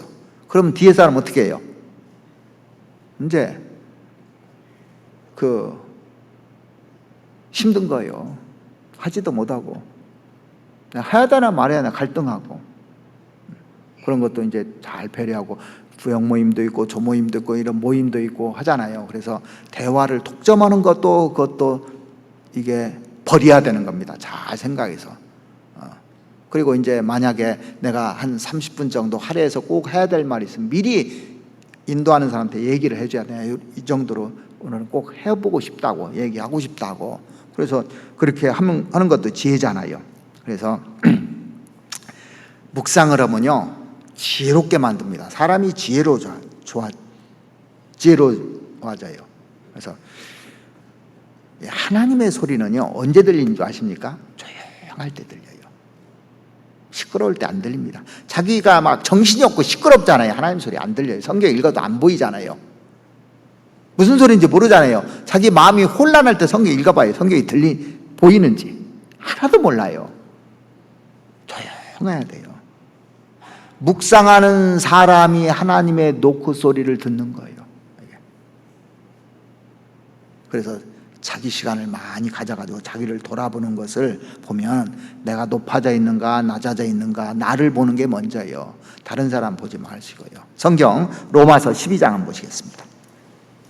로마서 12장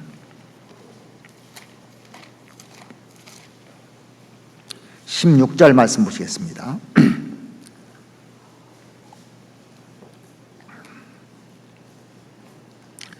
서로 마음을 같이하여, 자, 어떤 일을 하든지 서로 마음을 같이 하는 게 중요한 겁니다. 높은 데 마음을 두지 말고 도리어 낮은 데 처하며 스스로 지혜 있는 채 말라. 아무에게도 악으로 악을 갚지 말고 모든 사람 앞에서 선한 일을 도모하라. 할 수 있거든 너희로서는 모든 사람으로 더불어 평화하라 그랬습니다. 구원받기 전에는 사람들이 다 잘난 체 하는 거예요. 다 자기 자랑하고 허망한 말 하고, 남자들 군대 갔다 오면 허풍도 많이 하더라고. 그렇게 일삼았는데 구원받고 나면 높은 데 마음을 두지 말고 도리어 낮은 데 처하며 스스로 지혜 있는 채 말라.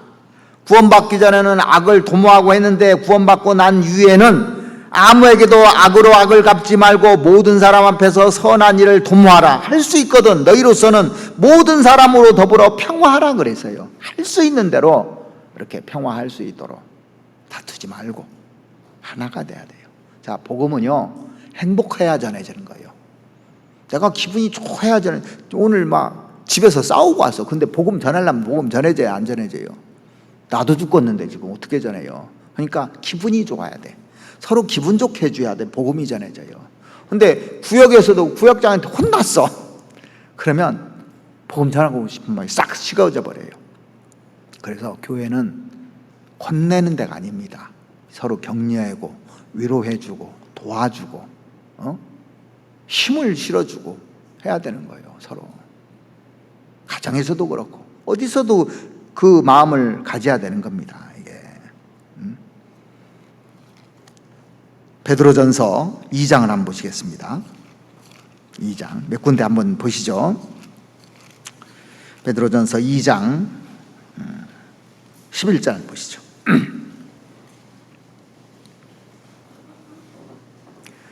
사랑하는 자들아, 나그네와 행인 같은 너희를 권하노니 영혼을 거스려 싸우는 육체의 정욕을 제하라. 너희가 이방인 중에서 행실을 선하게 가져 너희를 악행하다고 비난하는 자들로 하여금 너의 선한 일을 보고 권고하시는 날에 하나님께 영광을 돌리게 하려 함이니라. 구원받기 전에는 육체의 정욕을 쫓아서 살았지만 구원받고 난 이후에는 어떻게 살라고요? 너희가 이방인 중에서 행실을 선하게 가져 너희를 악행하다고 비방하는 자들로 하여금 너의 선한 일을 보고 권고하시는 날에 하나님께 영광을 돌리게 하려 하는 게 아니냐. 선한 행실을 갖는 목적을 정확하게 써놓은 겁니다. 성경 시편 139편도 한번 찾아보시겠습니다.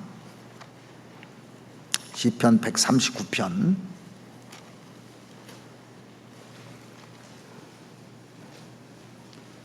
이 말씀이 우리에게 제일 중요한 말씀이 될 수가 있어요. 23절 139편 23절 하나님이여 나를 살피사 내 마음을 아시며 나를 시험하사 내 뜻을 아옵소서. 내게 무슨 악한 행위가 있나 보시고 나를 영원한 길로 인도하소서. 다윗이 이렇게 사는 거예요. 나에게 무슨 악한 것이 있는가? 요 버릴 것이 뭐가 있는가? 나를 영원한 길로 좀 인도해 달라고. 나 붙들 수 있는 거 붙들게 해달라고. 구원받은 사람은요 양심이라는 게 밝아지게 돼 있잖아요. 그래서 기도하면 다 알아요 자기가. 근데 왜 반복적으로 기도 안 하니까 그러는 거예요. 모르는 거예요 기도 안 하면. 그러니까 어떤 때는요 기도하면서 써봐요. 내가 뭐가 어떤지 써보면 이게 확 드러납니다. 그냥 막연하게 기도하면 막연하게 이제 그냥 형식적이 되잖아요. 저는 어떤 때는 노트에다 써봐요. 그냥 다 하나하나 써봐. 그게 기도지 뭐예요. 꼭 눈 감아야 기도냐고. 그죠? 기도하고 성경도 찾아보고 내가 어떤지, 내가 고칠 것이 뭔지, 내가 지금 교만해지지 않았는지, 내가 지금 뭐가 잘못됐는지, 내가 다른 사람을 섬기라고 배웠는지, 내가 군림하고 있는지, 내 멋대로 하고 있는지 다 써봐야 되는 거예요. 내가 말을 하는데 이게 잘하고 있는지 잘 못하고 있는지 써보고 선한 일에 열심하는 친백성이 되게 하려고 하나님이 우리에게 열매를 주시려고 하는 겁니다. 그리스도의 그 선한 일이요 해야 될 일이기 때문에 하는 차원이라면 율법주의적인 거예요. 이거 해야 되니까 뭐 그냥 자 그런 것들은요 믿지 않는 사람도 해요. 바리새인들 얼마나 열심히 했습니까? 근데 이런 선행이 판단을 하잖아요. 그리고 어떤 사람은요 그런 쪽으로 하면 자기 이름 석자 내려고 하는 경우 참 많아요. 좀 해놓고. 그래서 이게 선한 동기로 하는 이유가 뭔지 아십니까? 왜 그렇게 합니까? 우리가 선한 백성이 열심히 하는 친백성으로 살아가는 이유가 뭐예요? 하라고 했으니까 이렇게 대답하더라고요. 하나님이 하라고 했으니까. 아닙니다. 왜 하는 줄 아십니까? 사랑하기 때문에 하는 거죠. 하나님 사랑하기 때문에. 자, 옛날에 포레스트 검프라는 영화를 본 적이 있어요. 보신 분들 많이 있을 겁니다. 이 주인공이 IQ 75예요. 지적 장애인입니다. 톰 행크스가 주인공이잖아요. 근데 사람들이요, 이 주인공이 지적 장애니까 아무도 할 수 없을까라고 생각해 포기합니다. 포기해요. 아이고, 어떻게 사람 구실이나 할까? 참, 아이고, 안 됐다 이런 겁니다. 무슨 일을 할 수 있는가? 그런데 이 포레스트 검프가요, 어느 날 사랑을 느끼기 시작해요. 제니라는 여자를 사랑하기 시작합니다. 사랑을 느끼자마자 한 일이 뭔지 아십니까? 자기가 유일하게 할 수 있는 일을 해요. 그게 뭐냐면 달리기예요. 달리기. 사랑하고 난 다음부터 계속 달리는 겁니다. 그래서 이 주인공이요, 길에서도 달리고 운동장에서도 달리고 보니까 미식 축구장에서도 달리고 전쟁터에서도 달리는 거예요. 계속 달려요. 그런데 영웅이 되고자 하는 마음이 있습니까? 그거 전혀 없어요. 이름 석자 내려고 지금 달리고 있습니까? 그거 아닙니다. 무엇 때문에 달립니까? 제니 때문에 달려요.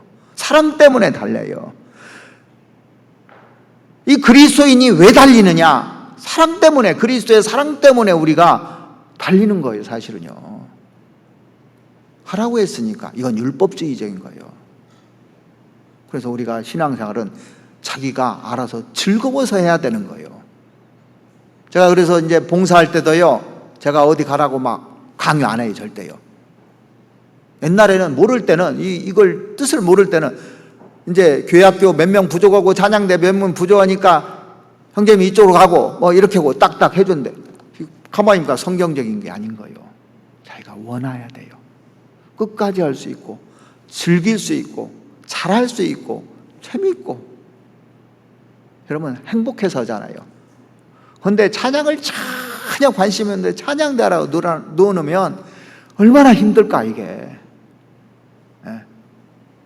항상 내가 문제가 되니까 거기 가면 목소리만 내면 문제되고, 그러면 소리를 크게 해도 문제되고 안 해도 문제가 되고 다 문제가 되는 거예요. 자, 그래서 자기 달란트라는 걸 찾아내는 게 중요한 겁니다. 모르면 자꾸 물어봐. 옆 사람한테 내 달란트를 모르겠거든. 그래서 찾으면 거기다 평생 올인하십시오. 평생. 여러분들 봉사 다 해야 돼요. 제가 찬양대 한 100명 정도 세야 된다고 하잖아요. 내가 나이를 먹었건, 운장해도 좋아요. 나이를 먹어서도요, 정말 하고 싶으면 하셔요. 하셔야 됩니다. 그냥 있지 말고. 지금 나라에서 60대면 일거리 없다고 일거리 달라고 난리인데, 하나님이 이 봉사할 거 얼마든지 준다고 하는데 않는 것도 이것도 문제잖아요. 할 수 있을 때 해야 되는 거예요. 내가 봉사 않는 분들은 이제 구원받고 한 1년 안에는 않는 게 좋아요. 그때는 말씀을 드려야 돼요. 1년 이상 지나면 뭐든지 찾아서 봉사를 해야 되는 겁니다. 이게 지금부터 지원하세요. 찬양대도 지원하고 교회학교도 지원하고 뭐 주차부도 지원하고 뭐 할 거 있으면 미리미리 얘기를 하세요. 저한테 얘기하기 힘들면 우리 부목사님도 있고 전사님들도 있으니까 저한테 오셔도 되고 얘기를 각자 다 하셔요. 그래서 내가 연결이 돼야 재밌는 거예요. 교회만 왔다 갔다 하면 재미 하나도 없어요. 신앙 성장 안 씁니다. 이걸 붙잡아야 된다는 거예요. 지금요. 이걸 세상 것 놓고 세상의 취미 놓고 이걸 붙잡아야 되는 거예요. 지금 세상의 취미는 다 붙잡고 거기다 시간을 할애하면서 봉사는 안 붙잡는다. 이건 심각한 겁니다. 이거 붙잡아야 되는 겁니다. 고린도후서 5장을 한번 보시겠습니다. 고린도후서 5장. 5장 14절 말씀 보시겠습니다.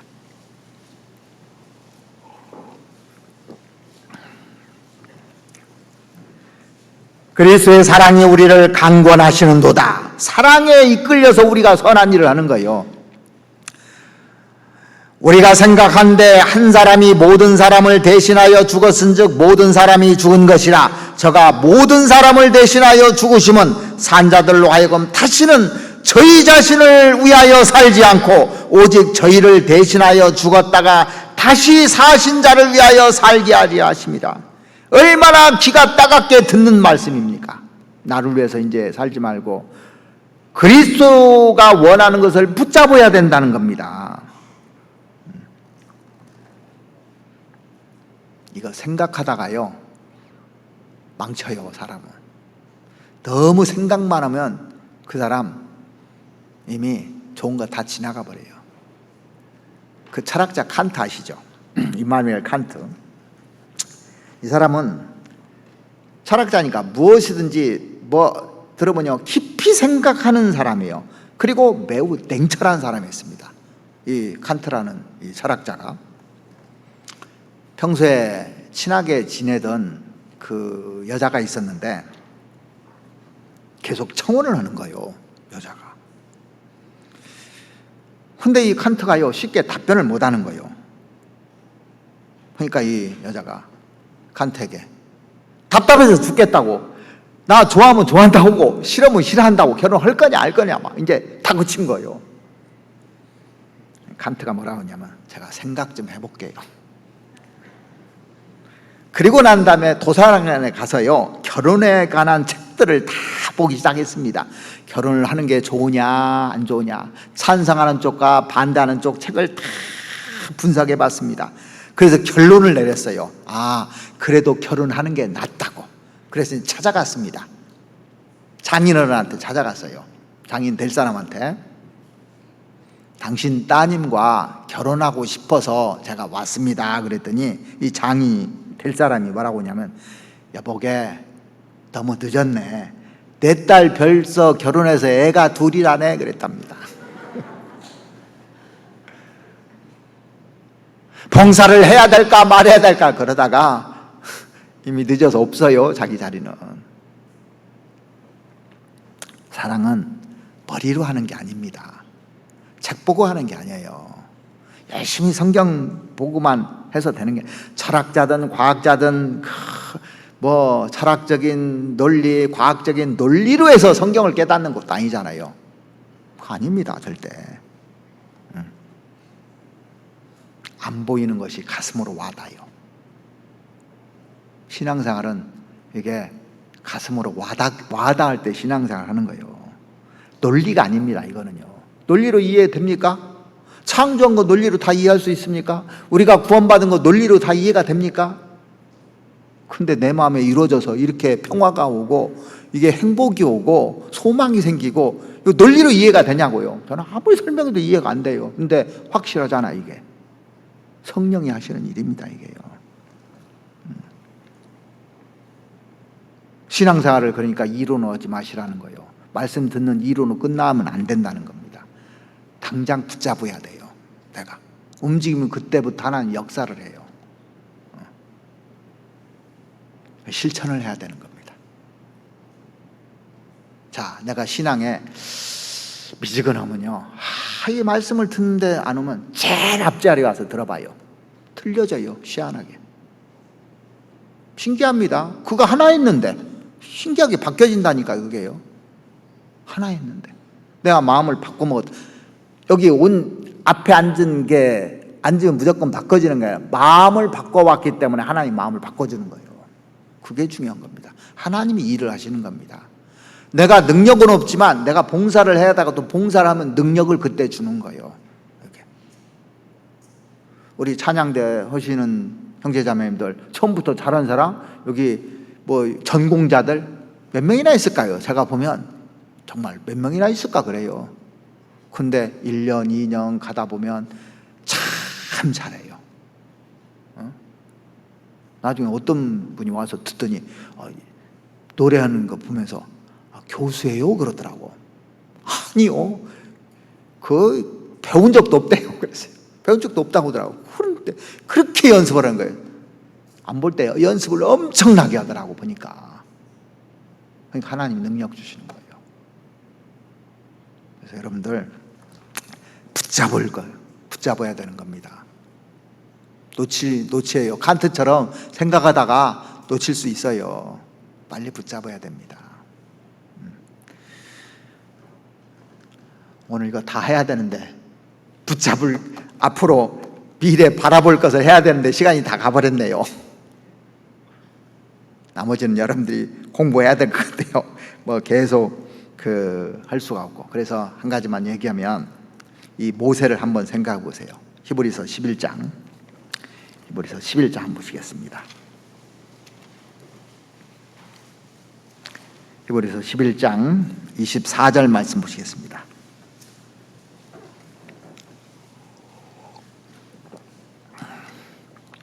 믿음으로 모세는 장성하여 바로의 공주의 아들이라 칭함을 거절했다는 건 버렸다는 거죠. 도리어 하나님의 백성과 함께 고난받기를 잠시 죄악의 낙을 누리는 것보다 더 좋아하고 그리스도를 위하여 받는 능력을 애굽의 모든 보화보다 더 큰 재물로 여겼으니 이는 상 주심을 바라봄이라. 이걸 바라보고 사는 거예요. 미래 바라볼 것은 딱 이거 한 가지입니다. 상 주시는 걸 바라보고. 믿음이 없이는 기쁘시게 못하나니 하나님께 나아가는 자는 반드시 그가 계신 것과 그가 자기를 찾는 자들에게 상 주시는 것을 바라볼지니라 그랬잖아요. 상 주시는 거. 이게 상이 있는 겁니다, 이게. 그래서 모세가 포기한 거 보세요. 바로의 공주의 아들이라는 칭함을 포기했잖아요. 자기 위치, 이생의 자랑, 이거 포기해버린 겁니다. 그리고 잠시 죄악의 낙도 포기했습니다. 쾌락 포기한 거예요. 육신의 정욕도 포기한 거예요. 또 애굽의 모든 보화를 포기했습니다. 부귀 영화를 포기했잖아요. 안목의 정욕, 이것도 포기한 겁니다. 다 포기해버린 거예요. 그러니까 이 하나님이 모세를 쓴 거예요. 뭘 붙잡았느냐? 하나님의 백성들과 고난받는 것을 붙잡았어요. 이걸 선택했어요. 고난받는 것을. 그리고 그를 격렬히 경발받게 된 거 있잖아요. 자기가 해서 경멸을 받았잖아요. 다. 근데 그걸 선택한 거예요. 그쪽을. 그리고 또 하나는 그리스도를 위해서 비난과 멸시받는 것을 선택했던 겁니다. 그러니까 그래서 위대하게 된 거예요. 그 모든 바탕에는 뭐가 보였냐면 상이 보였던 거예요. 그러니까 상을 보지 못하면 미래를 향해서 나갈 수가 없는 겁니다. 그래서 믿음이라는 것은 포기할 것을 포기하고 붙잡을 것을 붙잡는 것이 믿음입니다. 이게요. 존 버년이 그 얘기를 했잖아요. 단맛 앞에는 반드시 쓴맛이 있다. 십자가가 없다면 결코 면류관도 없을 것이다 그랬어요. 십자가가 없다면. 로마서 6장 보시겠습니다. 로마서 6장 16절 말씀 보시겠습니다. 로마서 8장 16절이요. 8장 16절.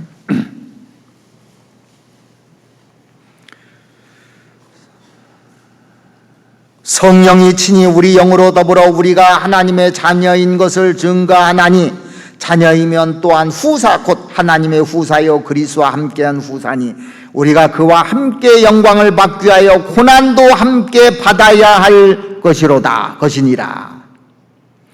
생각한데 현재의 고난은 장차 우리에게 나타날 영광과 촉히 비교할 수 없도다. 앞으로 영광하고 이건 촉히 비교할 수가 없다는 겁니다. 이걸 볼 수 있는 눈이 있는 사람이 있어요. 예레미야 당시 예레미야 그 4장에 보면 이스라엘 백성들의 운명을 다 보았던 겁니다. 그래서 눈물을 흘리면서 얘기한 거예요. 보았기 때문에. 이사야는 이사야 6장에 이렇게 쭉 보면은요. 당대 사람들이 죄 가운데 살았는데 그 이사야가 이스라엘 운명을 다 본 거예요. 자기도 자기가 뭘 해야 되는지 본 겁니다. 그래서 하나님께 내가 여기 있나이다, 나를 보내소서 그랬어요. 갈 사람이 없는 거예요. 아무리 봐도요, 갈 사람이 없는 거예요. 내가 여기 있나이다, 나를 보내소서 그랬어요. 사도 바울은 나의 달려갈 길과 주 예수께 받은 사명, 곧 하나님의 은혜의 복음을 증가하는 일을 마치려 하면은 나의 생명을 조금도 귀한 것으로 여기지 아니하노도다. 사명을 딱 아는 거예요. 왜? 셋째 안을 딱 봤거든요. 이 전도인이 되면 액자를요, 총회에서 이거 선물로 줍니다. 이 말씀을요, 사도행전 20장 24절을. 이 말씀을 볼 때마다 내 위치가 뭐냐, 내 사명이 뭐냐 다시 한번 생각하게 돼요.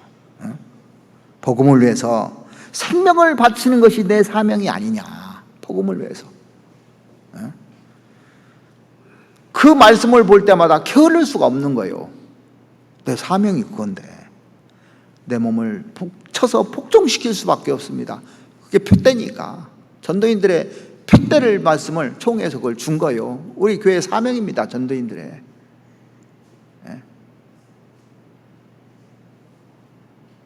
그것이 말씀에서 떠나는 순간 사명을 잃어버려요. 그러니까 자기를 위해서 살아요. 그러면요.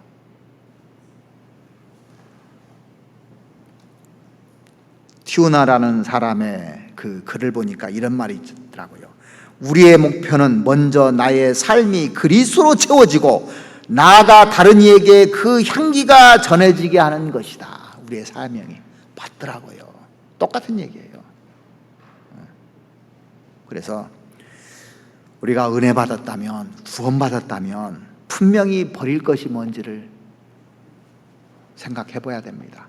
생각만 한 것이 아니라 버려야 되는 겁니다. 그리고 내가 붙잡아야 될 것이 뭔지,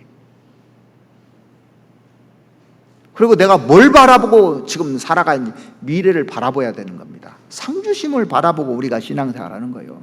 그 상에 눈 떠야 이게 달릴 수 있는 거예요. 언제 제가 그것에 대해서 좀 말씀을 드리려고 하는데, 그게 눈 뜨면요 오직 그 길로 갈 수밖에 없어요. 그게 눈 뜨지 못하면 세상도 같다, 양다리 걸쳐서 사는 거예요.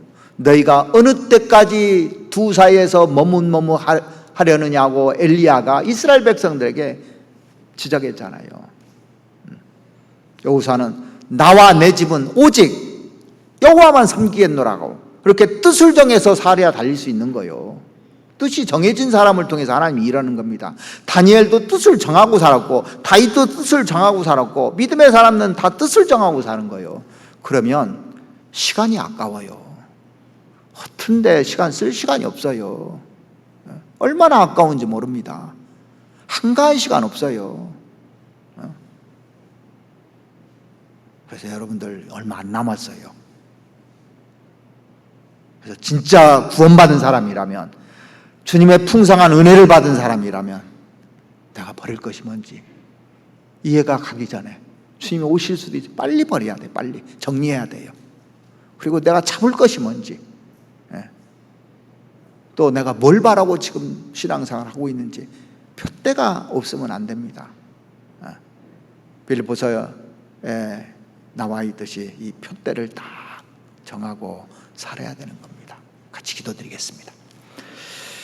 우리를 사랑하시는 우리 아버지 하나님, 하나님께서 우리를 구원해 주신 은혜를 망각하지 않고 살아갈 수 있도록 주님 도와주시옵소서.